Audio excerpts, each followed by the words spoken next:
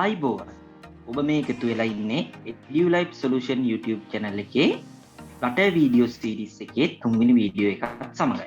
ඉතින් මම පළවෙනි වීඩියෝ එකේදී සහ දෙවෙනි වීඩියෝ එකේදී කතා කරා Flutter installation එක කරන්නේ කොහොමද? ඒ වගේම Flutter වල documentation එක ගැන සහ Flutter කියන framework එකේ කොහොමද introduction එක කරන්න කියලා ඒ සම්පූර්ණ විස්තර ටික මම පළවෙනි වීඩියෝ එකේ ඇත්තේ කතා කරා. සහ Flutter ඔයාලගේ මැෂින් එකට ඉන්ස්ටෝල් කරගන්න මොන මොනවද අවශ්‍ය වෙන්නේ මොන දේවල්ද අවශ්‍ය වෙන්නේ කියලා අපි යටතේ කතා කරා. ඒක environment වලින් මොන මොනවද දාන්න ඕනේ කියලා කතා කරා. ඊට අමතරව අපි දෙවෙනි වීඩියෝ එකේ යටතේ කතා කරා කොහොමද Flutter project එකක් VS Code එහෙම නැත්නම් Visual Studio Code මගින් ක්‍රියේට් කරගන්න කියලා. ඉතින් අපි අද මේ තුන්වෙනි වීඩියෝ එකකින් කතා කරන්න බලාපොරොත්තු වෙන්නේ ඒ වීඩියෝ දෙකේම කන්ටිනියු වීඩියෝ එකක් වන Flutter folder structure ගැන තමයි කතා කරන්නේ. ඉතින් අනිවාර්යෙන්ම ඔයාලට කියන්න ඕන පළවෙනි වීඩියෝ එක සහ දෙවෙනි වීඩියෝ එක නරඹුවේ නැත්තම් අලුත්ම අපේ channel එකට අලුත්ම කෙනෙක් නම් ඔයා අනිවාර්යෙන්ම පළවෙනි වීඩියෝ එක සහ දෙවෙනි වීඩියෝ එක නරඹන්න. ඒ නරඹලා අනිවාර්යෙන්ම ඊට පස්සේ මේ වීඩියෝ එක නරඹන්න. එහෙම නැතුනොත් ඔයාලට මේ වීඩියෝ එක තේරුම් ගන්න අපහසු වෙනවා. මෙතනින් පස්සේ අනිවාර්යෙන්ම දිගටම කන්ටිනියු කරන්න අපේ වීඩියෝ සීරීස් එක Flutter ඉගෙන ගන්න ආසයි සහ කැමති කෙනෙක් ඉන්නවා නම් සහ ඊට අමතරව දැනට අපි මේ කියලා දෙන මොනවා හරි දෙයක් තේරෙන්නේ නැත්නම් මොනවා හරි ප්‍රශ්නයක් ඇවිල්ලා තියෙනවා නම් අනිවාර්යෙන්ම comment section එකේ comment එකක් දාගෙන යන්න. ඊට අමතරව අනිවාර්යෙන්ම අපේ EduLIFE Solutions YouTube channel එක subscribe කරන්න. bell icon එක click කරන්න. අනිවාර්යෙන්ම එහෙම නැති වුණොත් ඔයාලට ඉස්සරහට continue අපිට අපේ මේ වීඩියෝ සීරීස් එක නරඹන්න බැරි වෙනවා. මොකද අපි දාන වීඩියෝ නොටිෆිකේෂන් එකක් එන්නේ bell icon එක click කරොත් පමණයි. ඒක නිසා අනිවාර්යෙන්ම bell icon එක click කරන්න. ඉතින් අපි අද කතා කරමු අපේ තුන්වෙනි වීඩියෝ එකේ content එක මොකක්ද කියලා.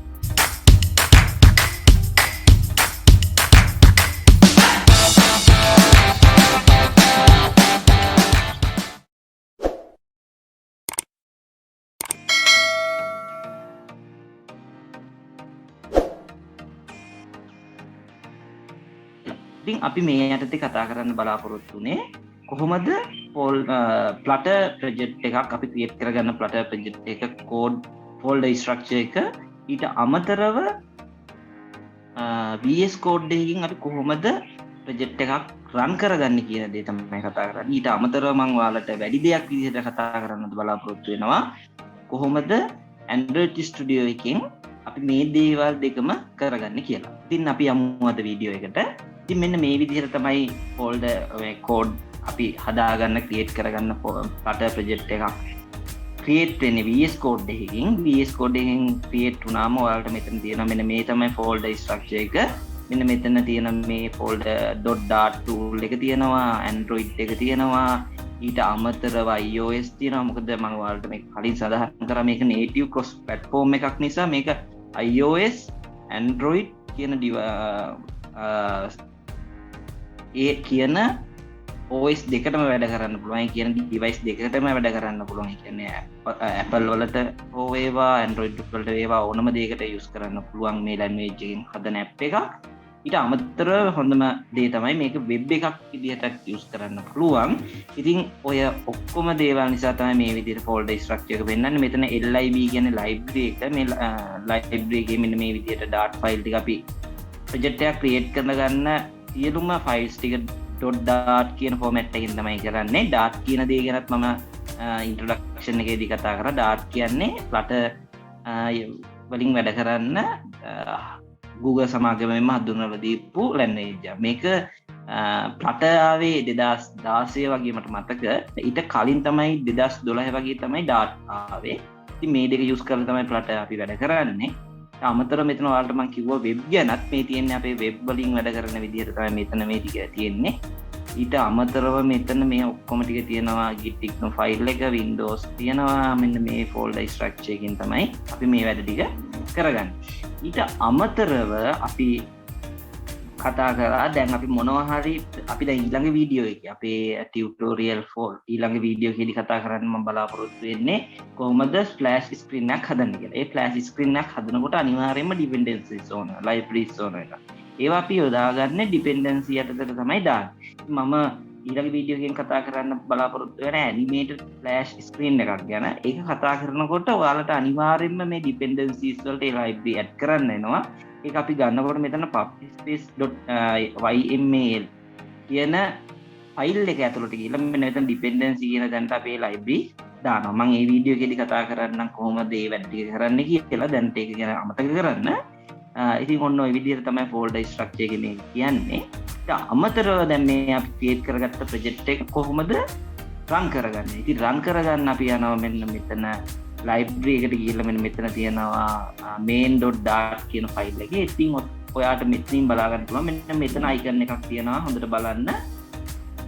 බග් වලින් තියෙන අයිකන් එකත් එක මෙන්න මෙතන run කියන තියෙනවා. එතන මෙතන තියෙනවා run or debug කියන ඔප්ෂන් එක. මේක ක්ලික් කරාම ඔයාලට මේ ප්‍රොජෙක්ට් එකක් රන් කරගන්න පුළුවන්. මේ ප්‍රොජෙක්ට් එකක් රන් කරගන්නකොට මෙන්න මේ විදිහට එනවා. ඔයාලා මේක රන් කරගන්නකොට මෙන්න මෙතනින් අපිට අර ඔප්ෂන් එක බලා ගන්න පුළුවන්. මෙතනින් ඔප්ෂන් එක ගන්න මම කතා කරන්න මේ ගැන. මෙන්න මෙතන Windows වලින්ද Chrome කියන්නේ මේ තුනම වෙබ් වල. ඊට අමතරව ඔයාලා Android වලට මොකක් හරි යූස් කරනවා මෙන්න මෙතන තියෙනවා start Android කියන එමුලේටර් එකක් අරගන්න පුළුවන්. ඊටත් අමතරව ඔයාලට තව එමුලේටර් හදාගන්න පුළුවන්. දැන්ට යන්නේ Android version එක 11 12 අතර.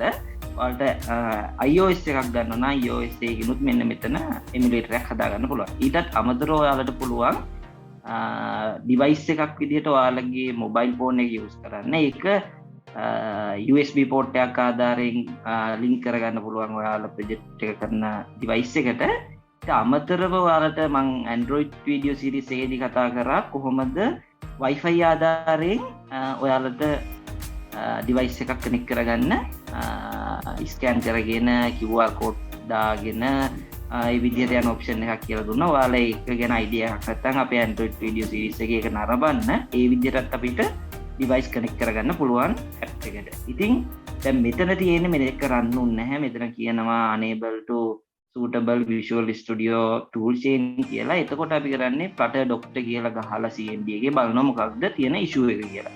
ඉතින් මෙන්න මෙතන මම කරනවා මේක run කරගන්න. මෙතන delete කියන option එක දාලා මෙතන recycle bin එකෙන් delete කරනවා. මොකද මම මේක දැන් run කරගන්න හදන්නේ Chrome එකෙන් හෝ Edge එකෙන්. ඒ නිසා මම අර JSON file එක delete කරලා මේ .dart tool කියන එකේ මෙන්න මෙතන ඔයාලට පේනවා one device connected කියලා Windows connect වෙලා තියෙනවා. මම Windows වලින් මේක අපි Edge එකෙන් run කරලා බලමු. Edge එකෙන් run කරලා අපි run කරන්න ඕනම අපි ආයෙත් මෙතන ගිහිල්ලා main.dart file එකට අපි මෙතන ආයෙත් run කරලා බලනවා මොකක්ද වෙන්නේ run වෙනවද project එක කියලා. ඉතින් ටික වෙලාවක් යනවා මේක run වෙන්න. දැන් ඔයාලට පේනවා අතන running launcher කියලා එතන වැටෙනවා. අපි ඒක run වෙලා ඉවර වෙනකන් අපි බලමු මේ කරපු දේම කොහොමද අපේ Android Studio එකෙන් කරගන්නේ. ඉතින් Android Studio එක මම open කරගත්තා. Android Studio එක මෙන්න මේ විදිහට තමයි පෙන්නන්නේ. මෙන්න මේකේ folder structure එක තියෙන්නේ මෙන්න මේ විදිහට. මේ විදිහට folder structure එක තියෙනවා.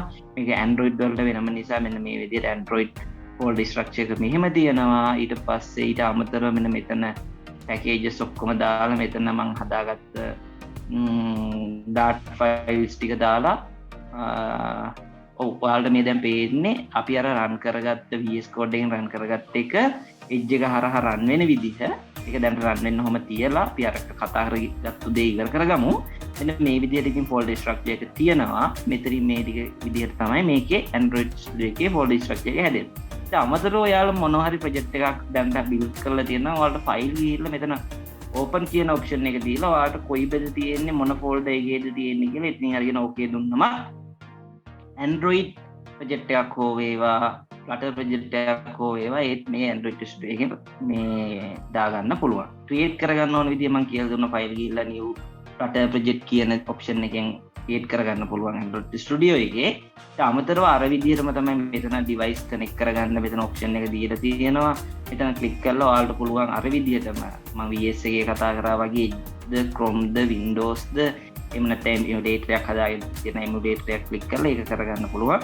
ඉතින් ඔයාලට ඕන නම් මෙතන අපි edge එක දැම්මා. ඊට පස්සේ මෙන්න මෙතන ඔයාලට පේනවා ඇති edge කියලා වැටුණා. ඉස්සෙල්ලා no device කියලානේ තිබ්බේ. ඉතින් ඒ වෙනුවට මම ඒක දැම්මා. එහෙම දාලා ඉවරලා ඔයාලට මෙන්න මෙතන run කියන option එකෙන් run කරාම අර විදිහට ප්‍රොජෙක්ට් එක රන් වෙනවා. ඊට අමතරව මෙතන emulator එකක් දානවා නම් emulator එකේ නම දාලා මෙතනින් run කියලා option එක දුන්නා ඒ විදිහටත් run වෙනවා. ඉතින් ඔන්න ওই විදිහට තමයි Android Studio එකේ මේ දේවල් වෙන්නේ. මම ඉතින් මේ දේවල් කියන්නේ ගියේ අමතර දැනුමක් ලබා ගන්න. දැන් මෙතන ඔයාලට පේනවා ඇති emulator එකක් ආධාරයෙන් මේ ප්‍රොජෙක්ට් එක run වෙනවා. මේ emulator එකකින් මේ විදිහට run වුණා. ඉතින් මම මේක දැනට close කරනවා. මම මේකෙන් ප්‍රොජෙක්ට් එක run කරන්න නැති නිසා හරි run මේක close කරා. අපි ඊළඟට බලමු ඊට අමතරව මෙන්න මෙතන ඔක්කොම Flutter projects ටික මෙතන කියන්නේ dependencies ඊට පස්සේ libraries use කරන්න ඕනේ මොනවද කියලා වැටෙනවා. ඉතින් මම මේ ගැනත් Android Studio එකකින් project එකේ වැඩ කරන්නේ කොහොමද මම ඉදිරි වීඩියෝ එකේදී කතා කරන්නම්. අපි දැනට බලමු VS Code එකෙන් මේ වැඩ ටික කරගන්නේ කොහොමද. ඔයාලට දැන් මෙතන පේනවා ඇති මම web එකක් කරානේ මේ project එක run කරේ. ඔයාලා හොඳට බලන්න. මෙතන මම ගත්තේ edge එකේ. හරිද? edge එකේ run කරගත්ත නිසා තමයි මෙතන අපිට edge එකේ කියලා පෙන්නුවේ. edge එකේ කියලා පෙන්නලා අපි මේක run කරගත්තා. run කරගත්ත ගමන්ම ඔයාලට edge එකෙන් මෙතන open වුණා. මෙන්න මේ Flutter project එක. Flutter project එක අපි මෙතන click කරන සැරයක් ඇත්නම් මෙන්න මෙතන you have published this button is many items කියලා තැන මම මේක මෙතනින් click කරන සැරයක් පාසා මෙතන මේ ගානට එනවා.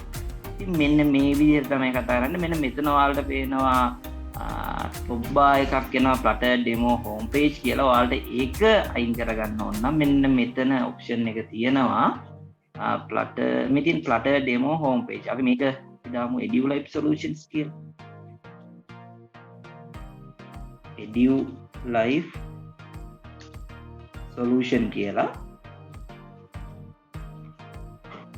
දාලා control S වලින් save කරගෙන අපි මේක නැවත ආයෙ මෙතනින් තමයි අපිට option ටික පෙන්නන්නේ. මේක නවත්තනද refresh කරනවද ඒ කියලා. අපි දැන් මේ project එක refresh කරලා බලමු ඕක වෙනස් වෙනවද කියලා. refresh කරා.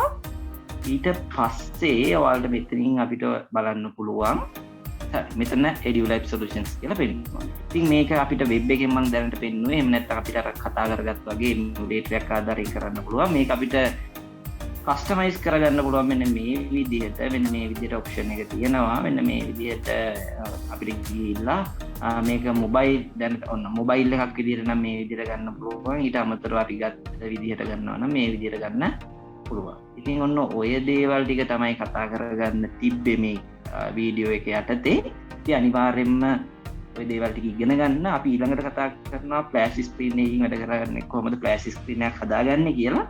මේ වීඩියෝ එකෙන් ඉතින් තමයි අපි යන්නේ අලුත් දේවල් ඉගෙන ගන්න. ඒ කියන්නේ ෆ්ලෑෂ් ස්ක්‍රීන්, හෝම් ස්ක්‍රීන්, ඊට පස්සේ ලිස්ට් ස්ක්‍රීන් හැමදේම අපි ඩෙවලොප් කරන්න යන්නේ මෙන්න මෙතන. මෙන්න මේ අයිඩියාස් ටික ඔළුවේ තියාගෙන අපි ඊළඟ වීඩියෝ එකේ ඉඳන් ඒ වැඩවලට යමු. ඉතින් ඔන්න ඔය ටික තමයි අපි අද කතා කරන්න බලාපොරොත්තු වෙන්නේ.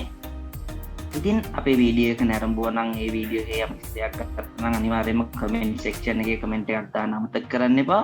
මොකද ඔයාලා දාන කමෙන්ට් එක මත තමයි තව කෙනෙක් ඉගෙන ගන්න බලන්නේ මේ වීඩියෝ නරඹලා. ඉතින් අනිවාර්යයෙන්ම subscribe කරන්නත් අමතක කරන්න එපා.